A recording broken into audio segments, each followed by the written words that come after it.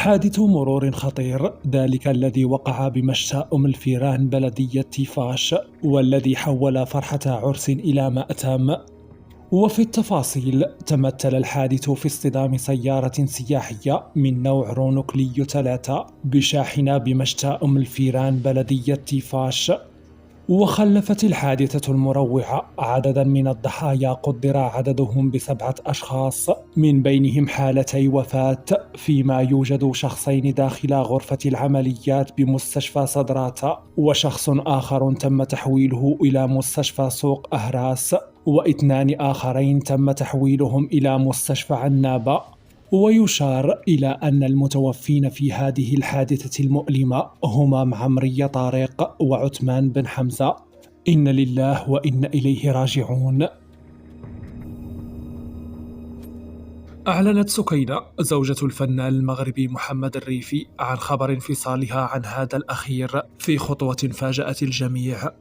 ونشرت زوجة محمد الريفي صورة من داخل قاعة الجلسات بالمحكمة عبر خاصية ستوري بحسابها على موقع تبادل الصور والفيديوهات انستغرام، وعلقت عليها قائلة: ها فين كتوصلي مني كتوقفي معاه في زلطو وحزنو ومرضو وسواسو ومشاكيلو فضايحو وطيحي صحتك عليه وهو ينعس وانتي تباتي سهرانة عليه، مني كيوقف أول وحدة كيركل هي انتي. وأضافت سكينة: هادوك اللي وقفوا كلهم في هاد الشتات، الله يشتتكم على ولادكم ووالديكم، حسبي الله ونعم الوكيل.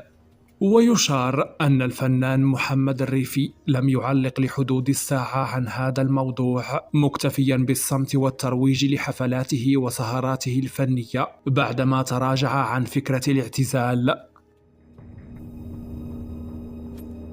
فُجِع الفنان المغربي الشعبي عثمان مولين الشهير بلقب مول البندير بوفاة والدته التي توفيت بعد زوال اليوم الخميس. وأعلن عثمان مولين نبأ رحيل والدته عبر خاصية ستوري بحسابه الخاص على موقع تبادل الصور والفيديوهات انستغرام، وكتب: بصحتك أسيدي ربي، أمي في ذمة الله، تعبيرا على رضاه بقضاء الله وقدره رغم حبه الكبير لوالدته. ويشار إلى أن عثمان مولين كان قد احتفل في 30 من شهر نوفمبر من العام الماضي بعيد ميلاد والدته، وذلك من خلال تقاسم مقطع مصور ضم مجموعة من الصور التي جمعته بوالدته عبر منشور بحسابه على الانستغرام علق عليه قائلا: عيد ميلاد سعيد لأجمل أم. أعلنت الفنانة المغربية نرجس الحلاق لمتابعيها عبر حسابها الخاص بموقع تبادل الصور والفيديوهات انستغرام فرحتها باستقبال مولودتها الثانية. ونشرت نرجس الحلاق عبر حسابها على الانستغرام صورا لها برفقة مولودتها الجديدة وابنتها الأولى فنة، وعلقت عليها قائلة: وجاءت صغيرتي الجميلة، جاءت بريئة الروح وصافية العينين كالسماء، اخترنا لها من الأسماء رحمة، اللهم اجعل لها من اسمها نصيب رحمة لأبيها وأمها وقطعة ثانية من قلبي، الله يحفظها من شر الخلق، اللهم حسن أخلاقها واملأ قلبها نورا وحكمة، اللهم أنبتها نباتا حسنا واجعلها قرة عين لوالديها واحفظها وبارك لنا فيها. الصورة الأخيرة فنة كتبكي حيت ما خليتهاش تهزها حيت صغيرة بزاف، ماشي حيت غارت، الحمد لله ربي حنن قلبها على ختها، الله يجعلها محبة دائمة، والله يرزق أي محرومة الذرية الصالحة يا رب. شكرا لكم على الحب والدعوات اللي غمرتوني بها، شكرا على ميساجاتكم، انتم العائلة. بقلوب مؤمنة بقضاء الله وقدره وببالغ الحزن والأسى، تلقينا خبر وفاة الشاب الفنان ومغني الراي المغربي جمال راشدي بعد معاناة مع مرض عضال لم ينفع معه علاج. وبهذه المناسبة الحزينة تقدم عدد من نشطاء مواقع التواصل الاجتماعي بأحر التعازي لكافة أسرة الفقيد، راجين من الله أن يتغمده بواسع رحمته وأن يلهم أهله وذويه فائق الصبر والسلوان. إن لله وإن إليه راجعون. ارتفاع حصيلة حادث المرور الخطير الذي وقع بالطريق رقم 6 الرابط بين ولايتي بشار والنعامة على مستوى بلدية بني والنيف إلى 3 وفيات وجرح 20 شخصا آخرين.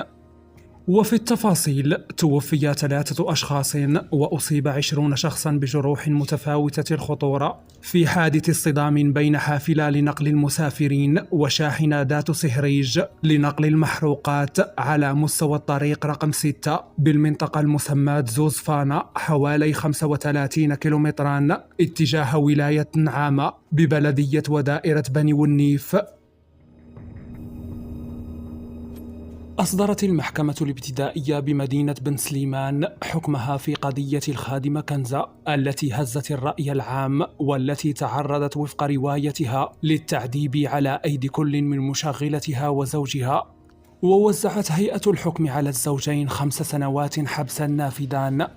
وأدانت المحكمة ليلة يومه الخميس 19 شتنبر الجاري بعد حجز الملف للمداولة المشغلة ب3 سنوات حبسا نافذان بعد مؤاخذتها بانتحال صفة والضرب والجرح، فيما قضت في حق زوجها ب2 حبسا نافذان وبرأته من تهمة انتحال صفة.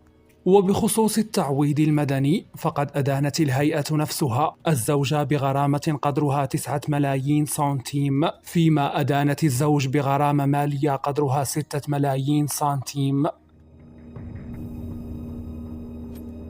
ليلة عصيبة تلك التي عاشها سكان إقليم طاطا يوم أمس الجمعة. وأفادت السلطات المحلية بالإقليم بأنه إثر تساقطات الرعدية الجد قوية والتي أدت إلى إحداث تدفقات فيضانية استثنائية تم تسجيل حادثة انحراف حافلة للركاب بفعل السيول على مستوى واد طاطا خلفت حسب حصيلة مؤقتة مصرع شخصين، فيما تم إنقاذ 13 آخرين وتسجيل 14 من الركاب في عداد المفقودين إلى حدود الساعة. أما فيما يتعلق بالخسائر المادية فقد عرفت جل مناطق الإقليم تسجيل أضرار متعددة، حيث وفي حصيلة مؤقتة سجل ما يلي: انهيار كلي أو جزئي لعدة منشآت فنية بالإقليم، تضرر عدة مقاطع طرقية، وانقطاع حركة المرور بعدة محاور. وتستمر لحدود الساعة الجهود من أجل البحث والعثور عن المفقودين وإعادة تشغيل شبكات الربط الطرقي وشبكات الخدمات بالإقليم. وفيات وإصابة أشخاص وفقدان طفل صغير في حادثة سقوط شاحنة جرفتها مياه الأمطار بولاية الجلفة. وفي التفاصيل تدخلت فرق الإسعاف التابعة للوحدة الثانوية بفيض البطمة مدعمة بإسعافات الوحدة الرئيسية بالجلفة بمختلف الفرق المختصة وإسعافات الوحدة الثانوية بمسعد هذا اليوم في حدود الساعة 2:25 لأجل حادث سقوط شاحنة صغيرة في مجروات جرفته مياه الأمطار جراء التقلبات الجوية على مستوى بلدية عمورة بفيض البطمة.